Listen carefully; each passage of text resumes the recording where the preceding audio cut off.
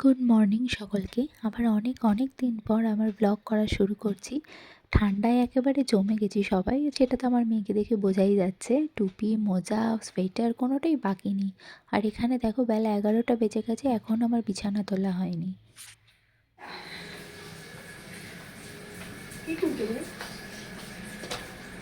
এগুলো হচ্ছে কাল রাতের রাঙা আলুর পরোটা। তো বাসি জিনিস দেখবে যে কোনো জিনিসই খেতে খুব ভালো লাগে। আমার তো খুব ভালো লাগে, বিশেষ করে মাংস বা বিরিয়ানি, পোলাও এগুলো বাসি খেতে খুবই ভালো লাগে। তো তাই জন্য একটা রাঙা আলুর পরোটা আমি খাবো আচার দিয়ে। কালকে খাওয়া 3টে রুটি খেয়ে যাবে কালকে। একটা কিছু আর করে 3টে রুটি আগে খাও। এখানে আমার মেয়ের মাছের ঝোল করবো বলে মাছ ভাজছি। তো কাতলা মাছই বেসিক্যালি ভাজছি, কিন্তু এমনি মোটামুটি সব রকম মাছ খায় না। কাতলা মাছ, পার্শে মাছ এই টুকটাক মাছ খায়। আর এখানে দেখো বড় বড় করে আলু কাটা আছে। রাত্রেবেলায় ঠান্ডার মধ্যে গরম গরম খিচুড়ি হবে, তাই খিচুড়ির আলু। আর এটা মেয়ের মাছের ঝোল করবো বলে একটুখানি বেগুন আর আলু কাটা। আর এই বড়িগুলো দেখছো না, এই বড়িগুলো দিয়ে বড়ির টক বানাবো, তাই জন্য বার করে রেখেছি।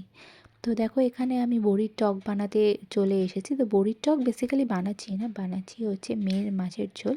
আর আরেক দিকে খিচুড়িটা চাপিয়েছি, মানে খিচুড়ির মশলাটা ভালো করে কষিয়ে নিয়ে তারপর চাল ডালের মধ্যে দিয়ে দেবো। তো চলো ঝটপট আমি এখানে রান্নাবান্না করে নিই, তারপর আবার তোমাদের সাথে কথা হচ্ছে। আর এই যে আমার সকালের ব্রেকফাস্ট, সেই রাঙা আলুর পরোটা। একটাই পরোটা খাবো, সেঁকে নিচ্ছি ভালো করে। ফ্রাই প্যানটা প্লিজ তাকিও না, যা তা অবস্থা ফ্রাই প্যানটার। তার সাথে হচ্ছে অল্প একটু আচার নিয়েছি আর এক টুকরো পেয়ারা, ব্যাস। তো বড়ির টক বেসিক্যালি দিয়ে দিয়েছি কড়াইতে সর্ষের তেল, এবং তার মধ্যে বড়িগুলো দিয়ে বেশ লাল লাল করে বড়িগুলো ভেজে নিতে হবে। আর আমি দেখো বড়িগুলো বেশ তুলে নিয়েছি, লাল লাল ভাজা হয়েছে। এরপর একটা পাত্রে অল্প একটু হলুদ গুঁড়ো, একটু লঙ্কা গুঁড়ো জলের সাথে মিশিয়ে অল্প তেলের মধ্যে দিয়ে দিতে হবে। তেলের ওপর মশলাগুলো দিলে যদি পুড়ে যায়, তো তাই জন্যই আমি জলের সাথে মিশিয়ে দিয়েছি। এবং তারপর এখানে বড়িগুলো আমি ছেড়ে দিচ্ছি, তার কারণ বড়িগুলো একটুখানি সেদ্ধ হওয়ার দরকার আছে, নাহলে শক্ত থেকে যাবে।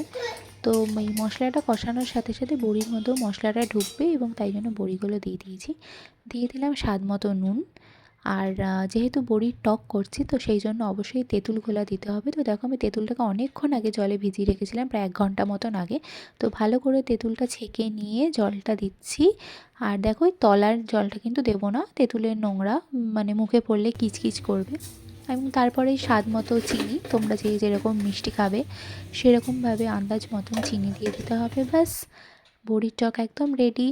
এই ঝোলটা ফুটে যখন একটু ঘন হয়ে আসবে, একটু ঘন কনসিস্টেন্সিতে এটা নামিয়ে ফেলতে হবে, এবং আমার বড়ির টক একদম রেডি।